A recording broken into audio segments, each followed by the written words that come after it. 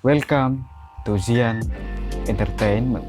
Pierre Tendean merupakan salah satu pahlawan revolusi Indonesia. Pierre gugur dalam tragedi G30S PKI.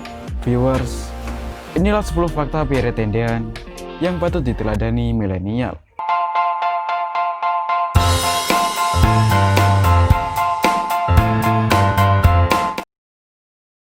Para milenial perlu mengenal sosok Pierre Tendean yang merupakan salah satu pahlawan revolusi Indonesia.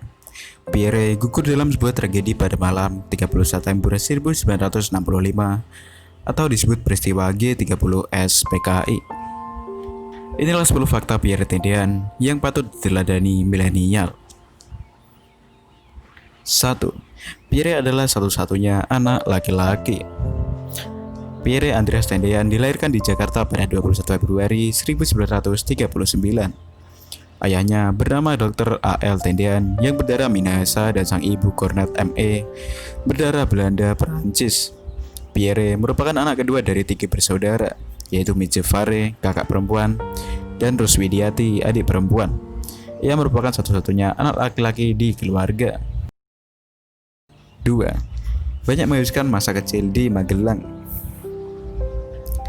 Pada masa pendudukan Jepang di Indonesia, keluarga Dr. A.L. Tendean pindah ke Magelang karena mendapatkan tugas sebagai wakil kepala rumah sakit. Pierre banyak menghabiskan masa kecil sampai menyelesaikan pendidikan di sekolah dasar di Magelang.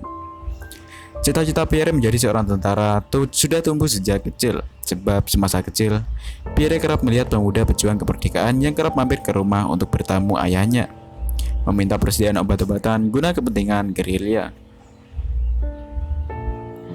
3. Keinginan Pierre menjadi tentara ditentang. Kondisi itu membuat Pierre bertekad memasuki Akademi Militer Nasional atau AMN. Sayang, cita-citanya sempat ditentang oleh orang tua karena mereka menghendaki Pierre bisa menempuh pendidikan di kedokteran dan menjadi seorang dokter, mengikuti jejak sang ayah.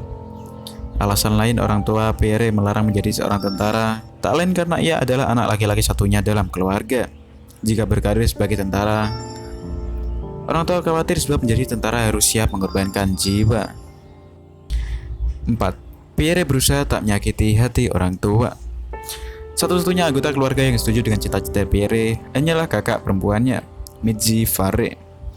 Walaupun ditentang, Pierre tetap bersikeras mewujudkan keinginannya sebagai seorang tentara.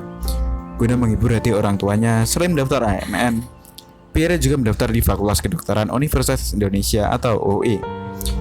Melihat hasil tes di Fakultas Kedokteran UI yang tidak lulus, kemudian orang tua Pierre merelakan dirinya menempuh pendidikan di AMN. Menurut pengakuan Midje, adiknya tak lulus bukan karena gagal, tapi karena Pierre memang sengaja tidak mengerjakan soal ujian tes. 5. Sikap Pierre membuat dirinya disegani. Selama menempuh pendidikan sebagai taruna, Pierre dikenal sebagai sosok yang disiplin dan ramah. Sikap itu membuat Pierre disukai teman seangkatan, senior maupun juniornya. Dia juga dikenal sebagai pribadi dengan jiwa kepemimpinan. Hal itulah yang menjadikan dirinya dipilih sebagai wakil ketua Senat Korps Taruna. Tahun 1963, Pierre Tendean yang saat itu berpangkat Letnan 2 mendapatkan kesempatan bertugas sebagai Komandan Peleton Batalion Tempur 2 Kodam 2 Bukit Barisan di Medan. 6. Pierre lulus dari pendidikan intelijen. Pierre mendapatkan panggilan sekolah intelijen untuk ditugaskan ke operasi Dwi Komando Rakyat atau Dwi Kora. Berdasarkan surat perintah nomor 507/11/1963, ia diperbantukan untuk Dinas Pusat Intelijen Angkatan Darat setelah menamatkan pendidikan intelijen. Pierre ditugaskan dalam operasi Dwi Kora memimpin pasukan relawan untuk mengadakan penyusupan ke wilayah Malaysia. 7. Sang ibu sangat menyayangi Pierre.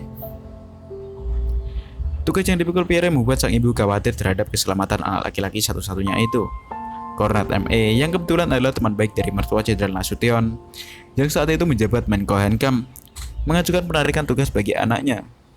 Tak berhenti di situ, ibunda Pierre juga mengajukan hal serupa kepada Majen Dendi Kadarsan yang dikenal dengan Pierre ketika menjadi taruna di AMN. Beruntung, permohonan tersebut dikabulkan. Kemudian, Pierre menjadi rebutan para jenderal untuk dijadikan sebagai ajudan lantaran kedisiplinan dan kecerdasannya. 8. Didapuk menjadi ajudan Jenderal Nasution. Pierre akhirnya menjadi ajudan Jenderal Nasution. ketika terjadi pengepungan di rumah Jenderal Nasution pada malam 30 September 1965, Pierre tidak dalam tugas piket. Dia telah menyerahkan tugas jaga kepada Komisaris Polisi Henke Mansur. Mendengar kebisingan suara tembakan atas inisiatifnya, ia lalu mengambil jaket dan senjatanya menghadapi pasukan itu. Tidak jelasnya instruksi operasi kepada pasukan Cakrabirawa membuat mereka salah tangkap dan tidak mengenali Jenderal Nasution. Mereka malah membawa Pierre. 9. Ibunda Pierre setia menunggu kepulangan putranya. Kekhawatiran sang ibu Cornet mulai terjadi ketika ia menunggu kepulangan Pierre di depan rumah selama beberapa hari. Bahkan, Cornet sempat mengajukan izin cuti pada 1 Oktober 1965 untuk pulang ke rumah. Namun tetap saja Pierre tak kunjung pulang.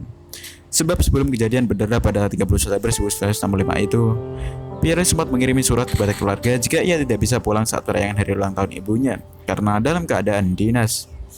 Ia berjanji akan mengucapkan selamat ulang tahun lewat telepon. Hingga pada akhirnya 5 Oktober 1965, pemerintah mengirim pesawat untuk menjemput keluarga Pierre Tendean di Semarang. Melihat peti jenazah Pierre Tendean, Cornet menangis dan meratap. Pierre, Mijenjongen what is Ahmed Joe Geber, yang artinya Pierre, anakku, apa yang terjadi denganmu?